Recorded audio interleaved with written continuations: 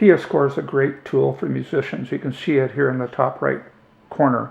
It's an application that is free, and you can buy an upgrade that gives you a few more options that you can read when you go to the App Store. You'll see at the top here, it's got all scores, it's got set list, it's got download. Those are the three major areas. I've already downloaded quite a few songs, and you can scroll through them. They're here alphabetically, and you can provide a lot of information in there, classify them, put them in different groups: waltzes, polkas, old-time dances, rock and roll, etc., and find them very easily.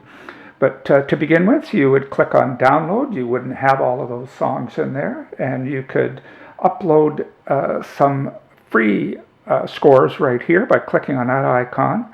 You can get some sheet music here that you can actually buy. You can download your own PDF music scores if you've got some on iCloud, upload them, other ways to upload them as well.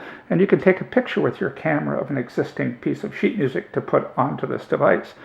But primarily you'll go back to iScores, and you can see that I've got all of these songs alphabetically.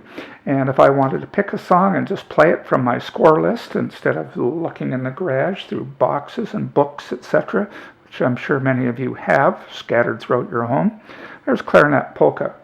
And it seems a little odd playing clarinet polka on an accordion, but there it is. There's page 1, there's page 2, and you can touch them on your screen, have this screen on a stand, have it transmitted up to a large 50-inch TV, either via cable or via something like Apple TV.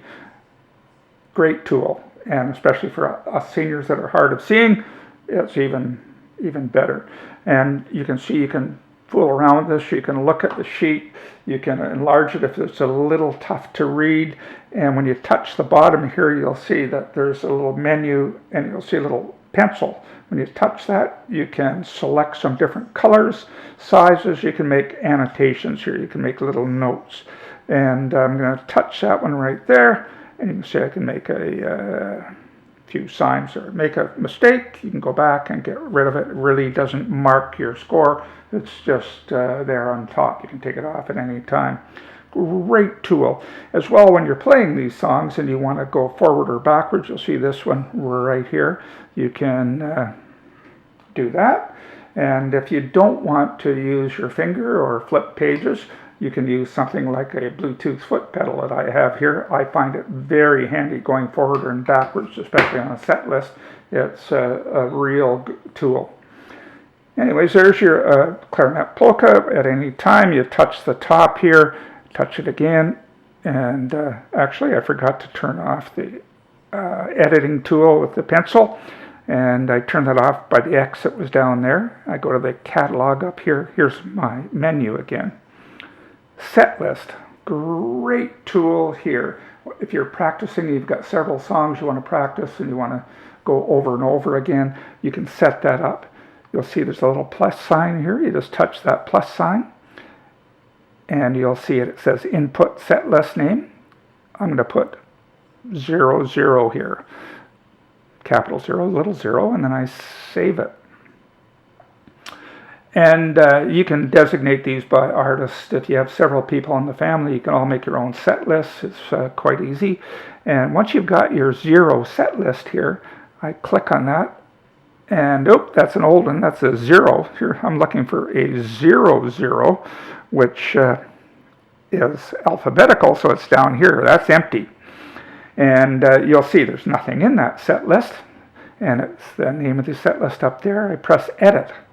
Then up come all the songs in my library that I've saved, scanned, uploaded. And you can see that over here I've got my set list area that I'm going to start. These are all the songs in my list. If I wanted to get that clarinet polka, I find that, put it right there. Beautiful. And you can scroll through all kinds of things down here that you might want to pick something like At Last. There's 2 songs in your set list. That could be 2 songs, 20 songs, 200 songs in your set list. I don't think a 200-song set list would be a little high. But you'll notice there's a little red mark. You can delete those at any time. They don't delete from your score all your scores. They just delete from the set list.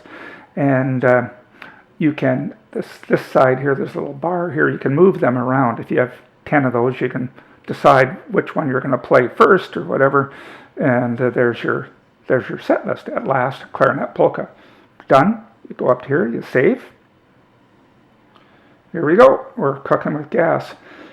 If you're back to the main menu and you decide you want to practice, you go to your set list, go down to whatever you've named it. In this case is capital 0, little 0. There's the set list.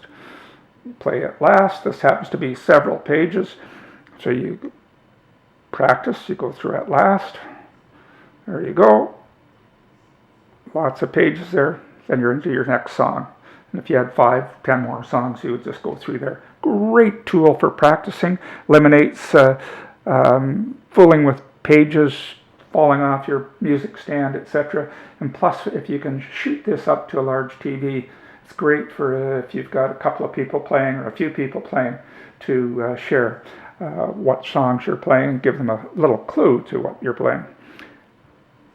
That is Piascore in a nutshell.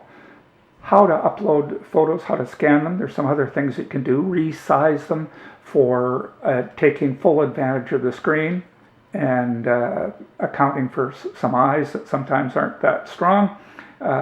Those will be some upcoming videos of mine. Thanks for watching, and hopefully you got something out of this. If you did, let me know. And if you subscribe to my playlist here on YouTube, you'll see when my next video comes up.